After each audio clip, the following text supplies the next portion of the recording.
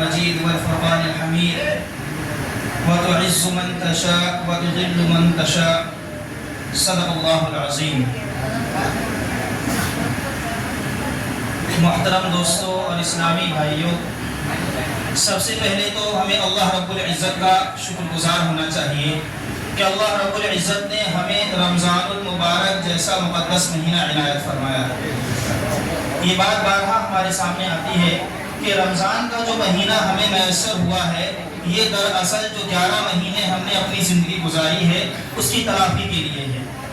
جو ہم نے 11 مہینے زندگی گزاری، اس کے اندر ہماری زندگی میں جو کوتاہیاں ہو گئیں، جو غلطیاں ہو گئیں، جو لغزشیں ہو گئیں، جو رب کی نافرمانی ہو گئی ہے، اللہ رب العزت نے یہ جو مبارک مہینہ عطا کیا ہے تاکہ اس مہینے کے اندر بندہ اپنے رب سے قریب ہو جائے، اپنی خطاؤں کو پہچان کر ان کو چھوڑنے والا ہو جائے، رسول اللہ صلی اللہ علیہ وسلم کی تعلیمات کو اپنانے والا ہو جائے. رمضان مبارک کا ایک بڑا درس یہ بھی ہے، اور ہم سب یہ بخوبی جانتے ہیں کہ رمضان مبارک کے اندر اللہ کی خاص رحمت، اللہ کی خاص مغفرت، اللہ کا خاص جو ہے عنایات جو ہوتی ہیں بندوں کی طرف متوجہ ہوتی ہیں. بارہا ہم یہ بات کتابوں میں سنتے آئے ہیں. جب ہمیں اس بات کا یقین ہے کہ ہمارا رب ہمارا منتظر ہے، جب ہمیں اس بات کا یقین ہے کہ ہمارا رب ہمارے لیے اپنی رحمت کے دروازوں کو کھولے ہوئے ہے، تو اب یہ ہمارے لیے بڑی ہی ناسپاسی کی بات ہوگی، بڑی ہی مطلب کہ کہہ لو تو بدبختی کی بات ہوگی کہ ہم اپنی زندگی کو رب کے سامنے رکھ کر کے اپنی معافی نہ کرا سکیں، اس مبارک مہینے کو کام میں نہ لا سکیں. تو میرے بھائیوں، اللہ کا بڑا کرم، اس کا فضل ہے کہ اللہ نے ہمیں یہ مبارک مہینہ عنایت فرمایا، اور مزید کرم یہ ہوا کہ اللہ تعالیٰ نے اس مبارک مہینے کے اندر ہمیں روزے رکھنے کی توفیق عنایت فرمائی، اور تراویح کے اندر قرآن کریم مکمل سننے کی توفیق عنایت فرمائی. کیونکہ جو بھی اذکار ہیں، جو بھی ذکر ہیں، سب سے افضل قرآن کریم ہے، کیونکہ اس کی نسبت اللہ تعالیٰ سے ہے، وہ اللہ کا کلام ہے. بارہا یہ آیت آپ نے سنی ہوگی، اللہ نے فرمایا اِنَّا نَحْنُ نَزَّلْنَا الذِّكْرَ وَإِنَّا لَهُ لَحَافِظُونَ. اللہ کا نام لینے والے حضرت آدم علیہ السلام سے لے کر اب تک کم و بیش 1 لاکھ سے اوپر انبیاء علیہ السلام تشریف لائے. سب کی دعوت لا الہ الا اللہ کی دعوت تھی. وقت گزرا، ان کی کتابیں متحرف ہو گئیں، وقت گزرا، لوگ نام لینا بھول گئے، وقت گزرا، ان کے دین کے اندر تبدیلیاں آتی چلی گئیں، اور گمراہیاں ان میں ایسی ہوئی کہ ان کی اصل صورت ختم ہو گئی. لیکن قرآن کریم 1500 سال گزرنے والے ہیں، ایک نقطے کے اندر، ایک زیر کے اندر، ایک زبر کے اندر، ایک جزم کے اندر کوئی کمی بیشی نہیں آئی، کیونکہ اللہ نے خود فرمایا اس کی حفاظت کی ذمہ داری میں نے کی ہے، اور اللہ رب العزت نے اس کو کر کے دکھلایا. اللہ نے الفاظ کی حفاظت حفاظ سے لی، اس کے پڑھنے کے انداز کی ذمہ داری قرہ حضرات کے ذمہ دی، تفسیر کی ذمہ داری مفسرین سے لی، خطیب سے، اس کے بیان کی ذمہ داری، ہر ایک شعبے میں الگ الگ اللہ رب العزت نے لوگ منتخب کیے. تو ہمارے لیے یہ بڑی خوشی کی بات ہے کہ اللہ رب العزت نے ہمیں تراویح کے اندر قرآن کریم سننے کی توفیق عنایت فرمائی. قرآن کریم کا سننا، قرآن کریم کا پڑھنا، قرآن کریم کا دیکھنا، اس قرآن کریم کے پڑھنے والوں سے عقیدت رکھنا بھی اللہ کے نبی صلی اللہ علیہ وسلم فرماتے ہیں یہ ثواب کا کام ہے. تو میرے بھائیوں، یہ رمضان مبارک کا مقدس بہت ہی مہینہ ہے. میں نے جو قرآن کریم کی آیت تلاوت کی ہے اس کے اندر اللہ نے فرمایا وَتُعِزُّ مَن تَشَاءُ وَتُذِلُّ مَن تَشَاءُ. اللہ رب العزت، اس کا ترجمہ ہوتا ہے اللہ جس کو چاہتا ہے عزت دیتا ہے، اللہ جس کو چاہتا ہے ذلت دیتا ہے. قرآن کریم کی اس آیت سے پتہ چلتا ہے کہ عزت اور ذلت یہ ہمارے اختیار میں نہیں ہے. آدمی کا بڑا ہو جانا، آدمی کا چھوٹا ہو جانا، یہ ہمارے اختیار میں نہیں ہے، یہ اللہ رب العزت کی طرف سے ہے. لیکن اللہ نے کچھ اصول بیان کیے، اللہ نے کچھ طریقے بیان کیے، اللہ نے ایک جو ہے نمونہ رسول اللہ صلی اللہ علیہ وسلم کی شکل کے اندر، قرآن کریم کی شکل کے اندر، صحابہ کرام رضوان اللہ علیہم اجمعین کی زندگی کی شکل کے اندر ہمارے سامنے پیش کر دیا، اور فرمایا کہ قیامت تک جو لوگ بھی دنیا کے اندر تشریف لائیں گے، اگر وہ رسول اللہ کی زندگی کو مضبوطی سے پکڑ لیں گے، اگر وہ قرآن کریم کو مضبوطی سے پکڑ لیں گے، اگر وہ صحابہ کرام رضوان اللہ علیہم اجمعین کی زندگی کو اپنی زندگی بنا لیں گے، اللہ فرماتا ہے دنیا کے اندر بھی ان کو عزت دوں گا اور آخرت کے اندر بھی اس کو عزت دوں گا. اور ہم خود اپنا اگر محاسبہ کریں، آپس میں دیکھیں تو جو لوگ قرآن سے جڑتے ہیں، جو لوگ اپنے آپ کو رسول اللہ کا بنا لیتے ہیں، جو لوگ مسجدوں سے جڑ جاتے ہیں، جو لوگ اپنی پیشانی کو اللہ کے سامنے جھکا دیتے ہیں، جو لوگ اپنا وقت دین پہ صرف کرتے ہیں، دنیا والے ان کی عزت کرتے ہیں، ان کا احترام کرتے ہیں، دنیا کے اندر بھی اللہ ان کو عزت دیتا ہے، ان کا الگ ہی مقام ہوتا ہے۔ ہم جو حفاظ بیٹھے ہوئے ہیں، ہم ان کی عزت کرتے ہیں، کیوں؟ اس کی صرف وجہ یہی تو ہے نا کہ ان کے سینوں کے اندر اللہ کا کلام ہے۔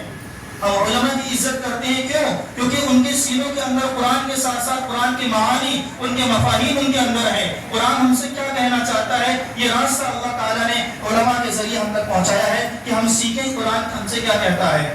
ہم پڑھتے ہیں الحمدللہ رب العالمین الرحمن الرحیم، نماز میں سورتیں پڑھتے ہیں، اللہ کے اندر کیا کہہ رہا ہے، یہ ایک ذریعہ جو ہے لوگ اللہ رب العزت نے لوگوں کے ذریعے بنایا ہے۔ ہر دور کے اندر دین کو سیکھنے کے مختلف طریقے رہے ہیں، موجودہ دور کے اندر دین کو سمجھنے کے، دین کو سیکھنے کے مشہور چند طریقے ہیں۔ اس میں سے ایک مدارس کا نظام ہے، ایک تبلیغی جماعت کا نظام ہے، مسجد والی جماعت کا نظام ہے، مسجد کی تعلیم کا نظام ہے۔ اسی طریقے سے جو علماء ہیں ان کے پاس بیٹھ کر کے اپنی دین کی ضرورتوں کو پورا کرنا، یہ اللہ رب العزت نے نظام قائم فرمایا ہے۔ تو میرے دوستو، یہ جو زندگی اللہ تعالیٰ نے دی ہے، ہمیں اس زندگی کی قدر کرنی چاہیے۔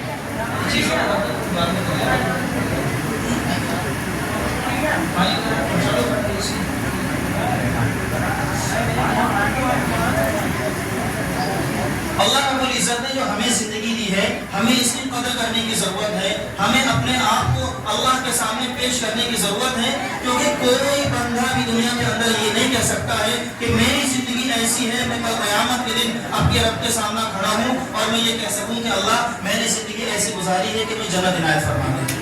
میرے بھائیوں، ہم اپنی زندگی کا جب جائزہ لیتے ہیں تو ہم اپنی زندگی کو رسول اللہ صلی اللہ علیہ وسلم کی تعلیمات سے خالی پاتے ہیں۔ ہمیں چاہیے کہ ہمارا اٹھنا رسول اللہ صلی اللہ علیہ وسلم کے طریقے سے ہو، ہمارا بولنے کا انداز اچھا ہو، ہم چھوٹوں پہ شفقت کرنے والے ہوں، ہم بڑوں کی عزت کرنے والے ہوں، ہم والدین کی خدمت کرنے والے ہوں۔ میرے بھائیوں، معاشرے کے اندر اگر دیکھا جائے، پہلے سے کمپیئر کیا جائے تو نمازی زیادہ ہیں، لیکن پھر بھی ہمارے دلوں کے اندر وہ بات نہیں ہے جو پہلے تھی۔ جب میں چھوٹا تھا میں خود دیکھتا تھا کہ تراویح کے اندر مسجدوں میں 2 سے 3 صف مشکل سے ہوا کرتی تھی، 3 سے 4 صف تو کہیں زیادہ سے زیادہ۔ لیکن جب سحری کا وقت آتا تھا تو لوگ اپنے گھروں سے آ کر سحری کھانے کے بعد مسجدوں میں جمع ہو جایا کرتے تھے، قرآن کریم کی تلاوت میں لگ جایا کرتے تھے۔ لیکن اب ایک بھی ایسا نظر نہیں آتا الا ماشاءاللہ کوئی آ کر کے اپنے وقت کو لگا رہا ہو۔ پتہ چلتا ہے کہ ہم نے مسجدوں کی ظاہری آبادی کو تو بھرا ہے، لیکن اس پر جو عمل کرنا ہے، اس پر جو ہمیں آنا ہے، وہ ہماری زندگیوں سے خالی ہوتا جا رہا ہے۔ اور قرآن کریم کا جو وعدہ ہے وہ صرف لفظوں سے بیان کرنے پہ نہیں ہے کہ ہم اللہ کو مانتے ہیں، ہم رسول اللہ کو مانتے ہیں، ہم قرآن کو مانتے ہیں، صرف ہم زبان سے اقرار کر لیں تو ہمیں اللہ تعالیٰ معاف کر دے گا، یہ کافی نہیں ہے۔ قرآن کہتا ہے، جگہ جگہ قرآن کہتا ہے ان الذین آمنوا وعملوا الصالحات، ان الذین آمنوا وعملوا الصالحات، کہ لوگوں ایمان لانے کے ساتھ ساتھ نیک عمل کرنا ضروری ہے۔ اگر آپ ایمان لے کر تو آئے، اس سے جو ہے ہمیشہ ہمیشہ جہنم سے تو نجات مل سکتی ہے، لیکن دخول اولی جنت کی حاصل نہیں ہو سکتی ہے جب تک انسان نیک عمل کرنے والا نہ بن جائے۔ اور ہمارے استاد محترم فرمایا کرتے تھے کہ آج کے دور کے اندر جس طریقے سے نیک عمل کرنا، بلکہ وہ کہتے تھے کہ نیک عمل کرنا زیادہ آسان ہے بالمقابل گناہوں سے بچنے کے۔ ایک آدمی آتا ہے، صبح کی نماز، رمضان مبارک کا مبارک مہینہ ہے، ہم فجر کی نماز بھی پڑھتے ہیں، ظہر کی بھی پڑھتے ہیں، عصر کی بھی پڑھتے ہیں، مغرب کی بھی پڑھتے ہیں، عشاء کی بھی پڑھتے ہیں، لیکن جب ہمارے ہاتھ میں رات کو موبائل آتا ہے تو موٹی سی بھی چیزیں بھی دیکھ لیتے ہیں۔ تو ہم نے دن کے اندر تو نیکیاں کمائی، ہم نے محفلوں کے اندر بیٹھ کے اللہ اور اس کے رسول کا ذکر تو سنا، لیکن جیسے ہی ہم محفلوں سے اٹھے، جیسے ہی ہم نے تنہائی اختیار کی، ہم نے موبائل اٹھایا یا ہم مجلس کے اندر بیٹھے کسی کی برائی کر دی، کسی کی غیبت کر دی، موبائل میں کچھ الٹا سیدھا دیکھ لیا۔ تو جس طریقے سے نیکیاں کرنا یہ اتنا جس طریقے سے ضروری ہے، ایسے ہی ان نیکیوں کو بچانا بھی ضروری ہے، کیونکہ رسول اللہ صلی اللہ علیہ وسلم کا فرمان ہے کہ جو ان الحسنات یذہبن السیئات، نیکیاں جو ہیں وہ برائیوں کو ختم کرتی ہیں، لیکن اگر برائیاں غالب آ جائیں تو ہماری نیکیاں کم پڑ جائیں گی، تو ہمارا ترازو لڑکھڑا جائے گا قیامت کے دن۔ تو میرے بھائیوں ہمیں اپنی زندگی کا جائزہ لیتے رہنا چاہیے. ہم نے تراویح کے اندر قرآن کریم سنا. قرآن کریم کی جو میں نے آیت پیش کی اس کے اندر اللہ نے یہی فرمایا کہ مومنوں تمہیں اگر عزت چاہیے, تمہیں اگر بلندی چاہیے, تمہیں اگر مقام چاہیے, دنیا کے اندر اگر تم سرخرو ہونا چاہتے ہو, آخرت میں سب کے سامنے ذلت و رسوا نہیں ہونا چاہتے ہو, آخرت کے اندر رسول اللہ صلی اللہ علیہ وسلم کے سامنے فخر سے سر اٹھا کر کھڑے ہونا چاہتے ہو, آخرت کے اندر اگر میرے سامنے صحیح سے کھڑے ہونا چاہتے ہو, اللہ فرماتا ہے دین کو مضبوطی سے پکڑ دو. نام دین کے صرف نام لینے والے نہ بنو, بلکہ اپنی زندگی کے اندر دین کو داخل کرنے والے بنو, اپنی زندگی کے اندر دین کو داخل کرنے والے بنو. یہ بات بار بار کہی جاتی ہے کہ رمضان مبارک کا مہینہ آتا ہے مسجدیں فل ہو جاتی ہیں, رمضان مبارک کا مہینہ ختم مسجد ختم. میرے بھائیوں کیا اللہ رب العزت نے نماز صرف رمضان مبارک کے لیے فرض کی ہے؟ کہ اللہ رب العزت نے قرآن کریم پڑھنے کا حکم صرف رمضان مبارک کے مہینے کے لیے دیا ہے؟ کہ اللہ رب العزت نے غریبوں پر, یتیموں پر, بیواؤں پر, ضرورت مندوں پر خرچ کرنے کا حکم صرف رمضان مبارک کے اندر دیا ہے؟ ایسا نہیں ہے, بلکہ قرآن کریم روزانہ پڑھنے کا حکم ہے, نماز روزانہ پڑھنے کا حکم ہے, ضرورت مندوں کو جتنی استطاعت ہو سکے آسانی کے ساتھ پورے سال مدد کرنے کا اللہ کی جانب سے حکم ہے. بلکہ اللہ تعالیٰ تو جو یتیم ہو جاتا ہے ان کی اتنی زیادہ باز پرس فرماتے ہیں, ان کے لیے بار بار حکم دیتے ہیں, حتیٰ کہ اللہ یہاں تک فرماتا ہے وَلَا يَحُضُّ عَلَىٰ طَعَامِ الْمِسْكِينِ کہ جو مسکین ہے, غریب ہے, اگر کوئی آدمی اسے نہیں کھلا سکتا ہے تو کم سے کم کسی ایسے بندے کو راضی کرے جو دوسرا صاحب استطاعت ہو, جو اس کی ضرورت کو پورا کر سکے. علماء کھڑے ہوتے ہیں نا کہ دیکھو چندہ دے دو, ضرورت کو پورا کر دو, مدرسے کا کام ہے, مسجد کا کام ہے, فلاں کام ہے, فلاں کام ہے. تو اگر یہ اپنے آپ سے بھی خرچ کرتے ہیں, لوگوں کو بھی ابھارتے ہیں, اللہ فرماتا ہے اگر لوگوں کو ابھارتے نہیں ہو تو اللہ تعالیٰ ان لوگوں کو پسند نہیں فرماتا ہے, اور جو ابھارتے ہیں اللہ ان کو پسند فرماتا ہے, اور جو خرچ کرتا ہے اس کو اللہ بدلہ اللہ پسند فرماتا ہے. تو میرے بھائیوں ہمیں اپنی زندگی کا روزانہ محاسبہ کرنا چاہیے, اس طریقے سے اپنی زندگی کا جائزہ لینا چاہیے جیسا دکان بند کرتے وقت ہم شام اپنے غلے کا حساب لیتے ہیں کہ آج ہم نے کیا نفع کمایا ہے, آج ہم نے کتنا نقصان اٹھایا ہے, آج ہم نے کتنا بیچا ہے, کتنا باقی رہ گیا ہے, مہینہ ہوا ہمارا ٹارگیٹ تھا کیا وہ مکمل ہو پایا ہے کہ نہیں ہو پایا ہے. میرے بھائیوں ہماری زندگی بہت تھوڑی ہے, دکان کا تو ایسا ہے کہ مال بچا ہوا ہے تو آپ کا ہی ہے, ختم ہونے والا نہیں ہے. لیکن زندگی کے بارے میں کون کہہ سکتا ہے کہ میری زندگی باقی رہنے والی ہے؟ کون کہہ سکتا ہے کہ میں ایک لمحہ زندہ رہ سکتا ہوں؟ کون کہہ سکتا ہے کہ میں کل آنکھوں صبح اٹھ کر کھولوں گا اور سیری حاصل کر لوں گا؟ دنیا کی زندگی کچھ پتہ نہیں ہے میرے بھائیوں. تو کیوں یہ سوچنا کہ میں کل سے کروں, میں پرسوں سے کروں, یا اگلے سال میں ایسا کر جاؤں گا, کہ میرا ارادہ ہے. نیک کام کے اندر قرآن کہتا ہے وَفِي ذَلِكَ فَلْيَتَنَافَسِ الْمُتَنَافِسُونَ کہ جو نیک کاموں کے اندر انسان کو حرص کرنی چاہیے, انسان کو آگے بڑھنے کی کوشش کرنی چاہیے. کہ دنیاوی زندگی کے اندر جو ہم کوشش کرتے ہیں کہ فلاں کے پاس یہ ہے, اگلے سال میرا ٹارگیٹ یہ ہے کہ میں اس سے آگے بڑھ جاؤں, اور وہ طرح طرح سے پورے سال کوشش کرتا ہے آگے بڑھنے کی, کبھی بڑھ بھی جاتا ہے, کبھی رہ بھی جاتا ہے. اللہ فرماتا ہے دنیا کے بالمقابل آخرت کے معاملے میں ایسی کوشش کرنی چاہیے کہ فلاں 5 وقت کا نمازی ہے, میں تہجد کا نمازی بنوں گا. فلاں پورے سال کے اندر نماز پڑھنے آتا ہے, میں بھی آؤں گا. فلاں نے رمضان کے 5 قرآن کریم مکمل کیے ہیں, میں 10 کروں گا. اور کوئی مشکل کام نہیں ہے. فضائل اعمال کے اندر واقعات لکھے ہوئے ہیں, دیگر کتابوں میں واقعات لکھے ہوئے ہیں. عورتیں اپنے گھروں کا کام کر کر کے 8 10 15 قرآن کریم کیا ہوا ہے, اور ایسے واقعات موجود ہیں. اپنے گاؤں میں کتنے ایسے لوگ ہیں جو 5 7 8 قرآن کریم کرتے ہیں, لیکن ایسے بھی ہیں بعض کہ جن سے پوچھو کتنے پارے ہو گئے کہ روزہ تو 20واں ہے, پارا 12واں ہے. ایسے بھی موجود ہیں. میں صرف سنی بات نہیں بتا رہا ہوں, بلکہ میری خود پوچھی ہوئی 20 سال کی کارگزاری ہے. کتنے ایسے ہیں جن کے 5 قرآن کریم سے اوپر مکمل ہو گئے, اور کتنے ایسے ہیں جن کے 12واں 13واں 14واں پارا چل رہا ہے, جبکہ 20واں رمضان ہے.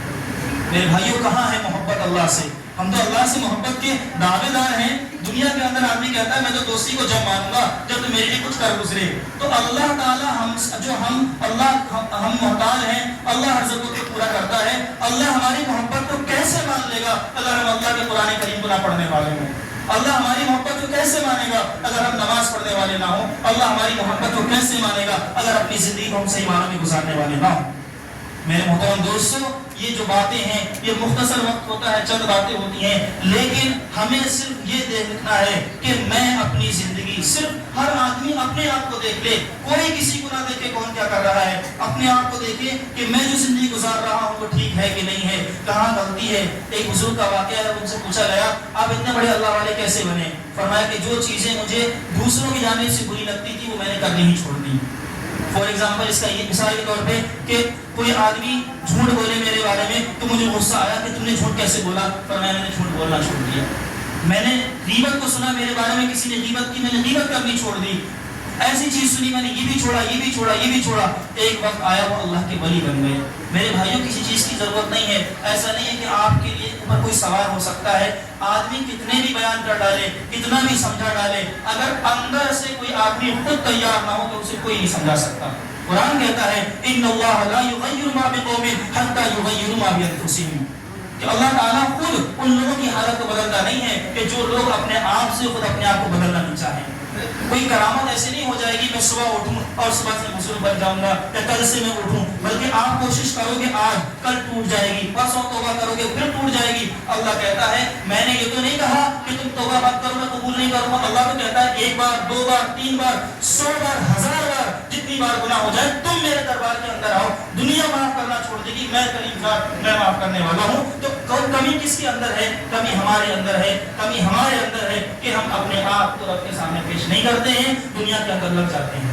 تو میرے بھائیوں, اس مجلس کے اندر سے یہ ارادہ کریں کہ یہ رمضان مبارک کے اندر جیسے ہم زندگی گزار رہے تھے, آدمی کا کوئی گالی دینے کا من کرتا ہے نا تو آدمی کہتا ہے کہ یار میرا روزہ ہے میں نہیں دیتا ہوں, ایسے ہی رمضان کے بعد بھی گالی دینا جائز نہیں ہے.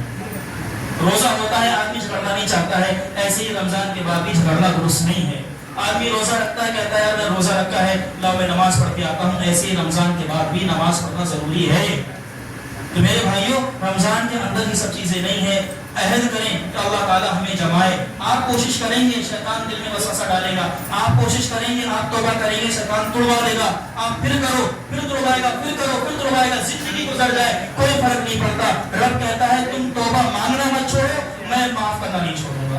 تم توبہ کرنا چھوڑ دیتے ہو تو میں بھی کیا کر سکتا ہوں, میرا رحمت کا دروازہ کھلا ہوا ہے. کوئی آئے تو صحیح, میں تو معاف کرنے کو تیار ہوں, میں تو نوازنے کو تیار ہوں, میں تو دینے کو تیار ہوں. اللہ رب العزت تو یوں کھڑا ہوا ہے کہ کوئی آ جائے, کوئی آ جائے. فرشتے گشت کرتے ہیں رمضانوں کے اندر کہ ہے کوئی معافی مانگنے والا, بارہا سنتے ہیں. لیکن ہم اپنی قسمت پر روئیں, ہم سوتے رہتے, ہم غفلت میں پڑے ہوئے. نماز ہوئی, امام صاحب کیسے سلام پھیرے, دعا کے بغیر ہم چلے جائیں, ہاتھ اٹھانے کو تیار نہیں. پھر انسان کہتا ہے برکتیں نہیں ہیں, پریشانیاں ہیں, مصیبتیں ہیں, آزمائشیں ہیں, اور طرح طرح مسلمان پریشان ہے. کیسے نہ ہو, اس رب نے ہمیں یہ وجود دیا, اس رب نے یہ زبان دی, اس رب نے بولنے کے لیے آنکھیں دی. اس رب کو بھلا بیٹھے, دینے والی ذات وہ ہے, لینے والی ذات وہ ہے, عزت دینے والی ذات وہ ہے, ذلت دینے والی ذات وہ ہے. اس کو بھلانے کے بعد ہم یہ چاہیں کہ ہمیں عزت میسر ہو جائے, ہم یہ چاہیں کہ ہمارے زندگی کے اندر برکت آ جائے. میرے بھائیو, یہ دھوکہ ہے, یہ دھوکہ ہے جو شیطان نے ہمیں دیا ہوا ہے کہ میں ایسا کر گزروں گا اور ایسا ہو جائے گا.